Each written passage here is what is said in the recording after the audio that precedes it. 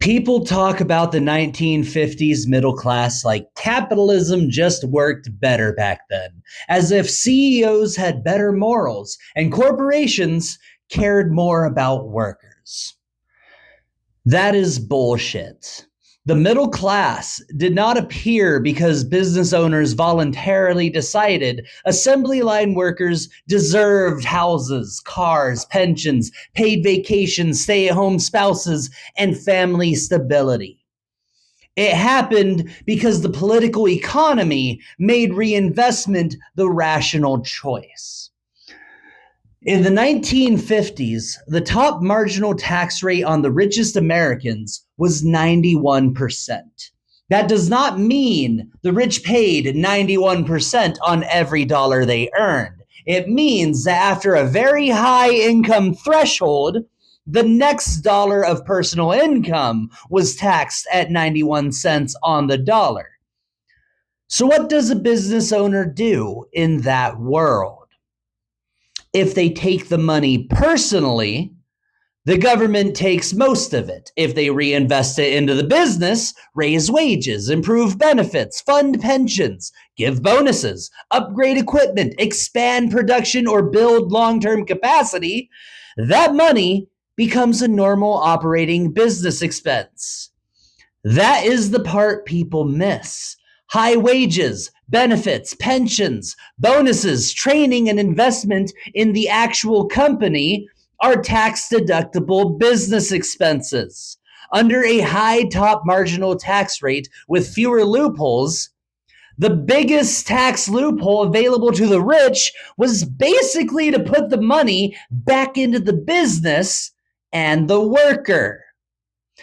That is about creating structural incentives that builds a middle class. The government was saying in practice, you can reinvest the surplus into the productive economy, or we will tax the hell out of it and do public investment ourselves. Now, high taxes alone did not create the middle class. Strong unions made sure workers had the power to demand their share. It was the combination of these forces. That is the real story. Together, they helped build the American middle class. The assembly line worker had such a life because the system forced more of the surplus back into wages, benefits, and long-term stability. But that deal was never universal. Many Black workers, indigenous people, women, immigrants, farm workers, and domestic workers were excluded from the full bargain. The point is not to go back to the 1950s because, as we all know, the past was the worst. The point is to understand the machinery that made broad middle class security possible, then build a better version without the exclusions. Because the economic lesson here is that if the rich can easily keep the money, they will. If the shareholders can demand a parasitic return, they will. If executives can turn layoffs into stock buybacks, they will. If companies can suppress wages, gut pensions, outsource jobs, automate people into poverty, and pocket the savings, they will. That is the incentive structure Reaganomics rewards. Before Reagan, the top marginal tax rate was still 70% under Richard Nixon. Fucking Nixon! Bernie Sanders calls for a top marginal tax rate of 52% on the top 1%.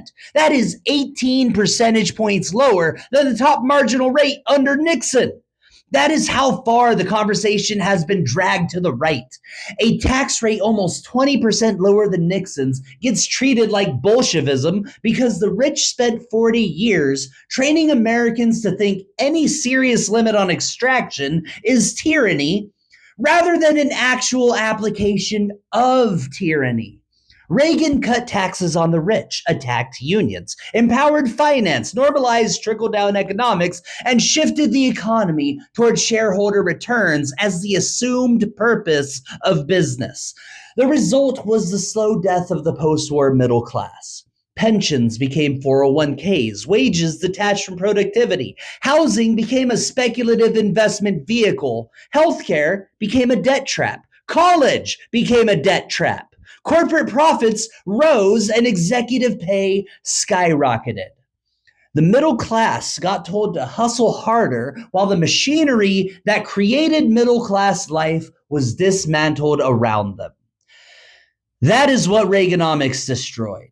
It did more than cut taxes. It broke the forced reinvestment mechanism. It told the rich they could keep more. And they did.